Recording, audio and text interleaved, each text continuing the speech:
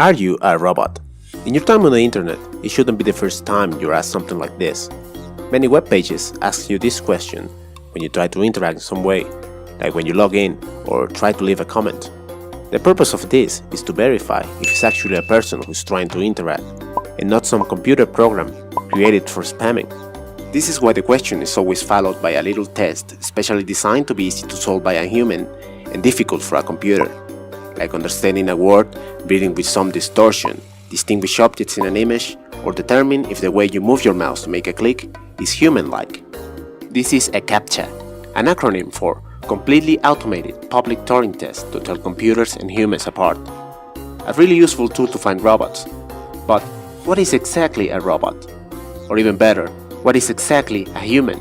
Apart from the obvious difference between robots and humans, like the fact that robots are usually made of circuitry and electronics, while humans are made of organic tissue and organs.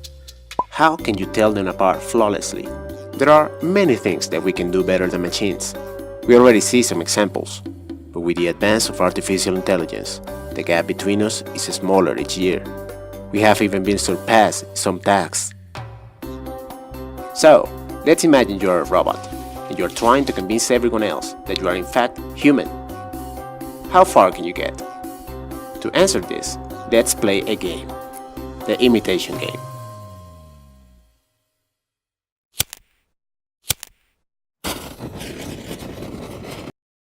In 1936, the brilliant computer scientist Alan Turing demonstrated the possibility of building a machine capable of solving any problem, as long as its solution could be represented as a series of simple steps, an algorithm. We call this machine the Turing machine. A modern computer is basically a Turing machine, but with limited memory. During the course of his life, Turing was concerned with the implications that this machine could have, and the things it could accomplish. In 1950, in a paper he called Computing Machinery and Intelligence, Turing asked a question that until this day is subject of debate. Can a machine think? The problem with this question is that in order to answer it, first we should define what is a machine, or what is thinking. Turing avoided this issue, clarifying what he meant by posing the imitation game. Suppose you decided to play a game with two friends, a woman and a man. You will play as the interrogator, while both of your friends will go to another room where you can see them. Your job is to talk to them separately on a computer, and then try to guess who is who. The trick is that while one of your friends will try to help you make the right choice, the other one will try to misguide you. Now let's change this game a little. Now trying to trick you into taking the wrong choice won't be your friend, but a computer, a robot. And you will try to guess which one is the human and which one the machine. This is the imitation game, as Turing originally proposed it.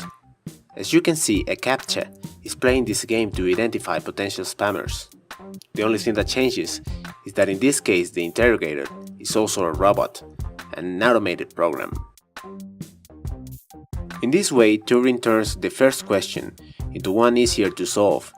Can a machine win this game as many times as a person? Which is to say, can a machine do what a human can do?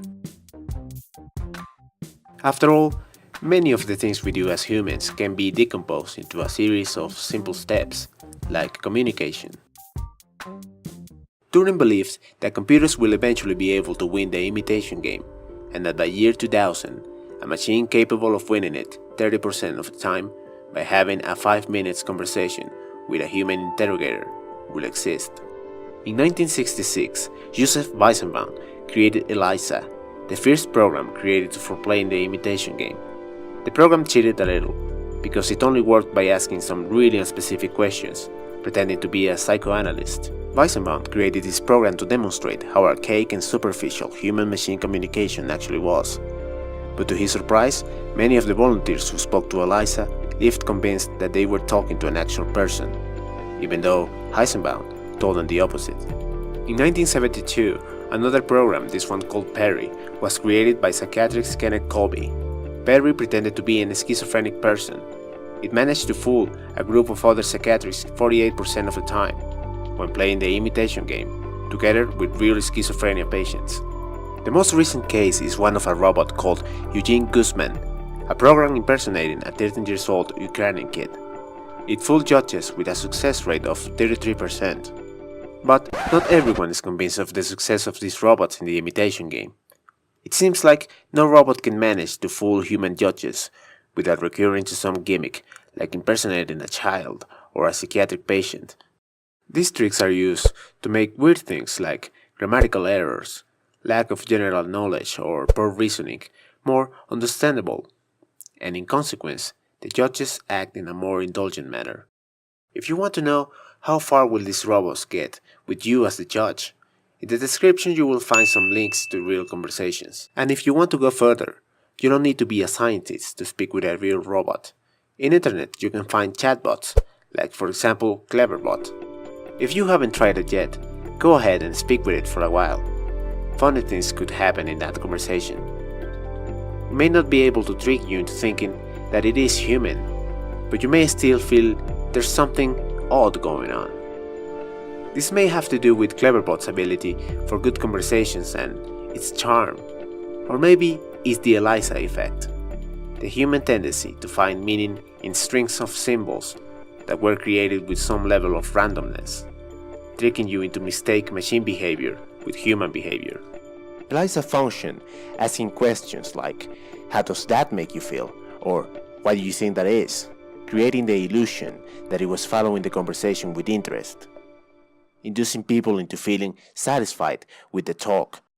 The ELIZA effect is a type of anthropomorphism, the human tendency to find human features in animals or in animated objects, like when you see faces, where they're only objects arranged in a funny way. But regardless of whether someday a computer will manage to master human communication with all of its intricacies, can we even compare this intelligence with that of a human? Young Searle asked himself this question when he proposed the Chinese room experiment. Suppose you were in a room with a little window from which you receive little notes written in Chinese. Your work is answering these notes with the help of an instruction manual containing every possible combination of Chinese characters you could receive and its corresponding answer. With enough time you could have a flawless Chinese conversation, and you could do it without understanding a single word about Chinese. So where is the understanding of Chinese? Is it in the operator of the room? In the instruction manual? Is it in the system as a whole? If a machine took your place in the room, having all of the content of the instruction manual in its program, the question still holds: does the machine understand Chinese? Ask these questions to the person who created the room, and you will be told that the question is pointless. The performance of the machine doesn't get any better, whether the machine understands what it's doing or not. But let's go deeper. The problem is, a machine can only connect symbols by following instructions. It's programmed.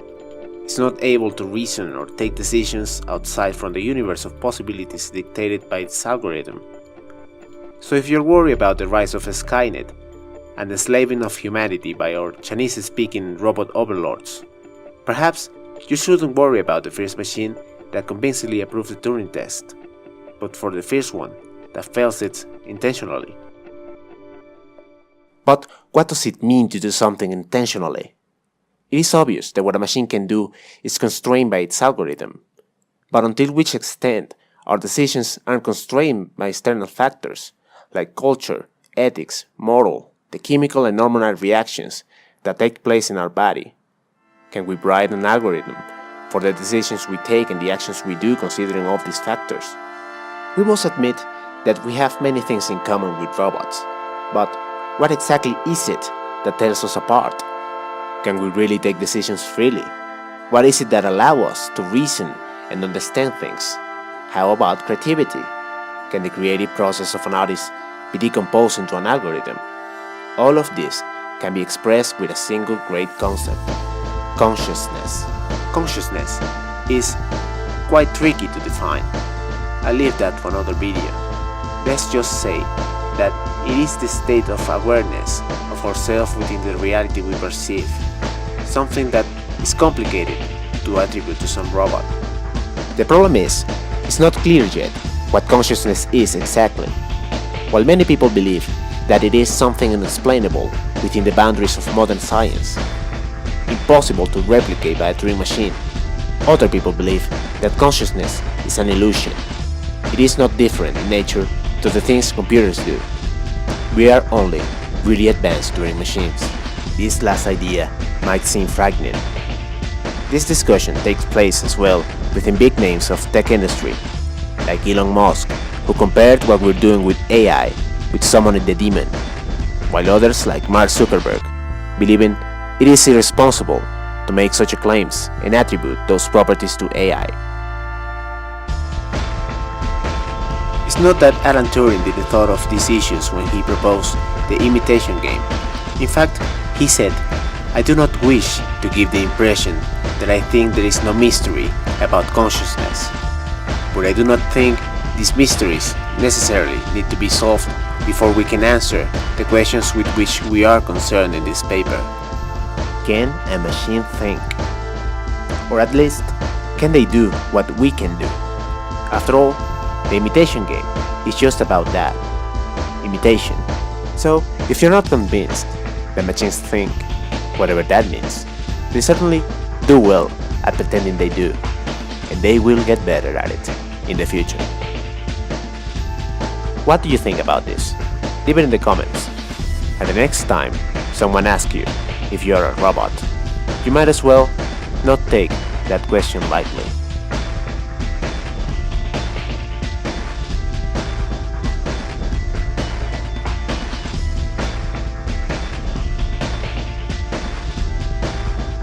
Hi. I'm just a non-suspicious human passing by to ask you, did you like this video? If so, then please share it so it can be viewed by other humans like you, I mean like us.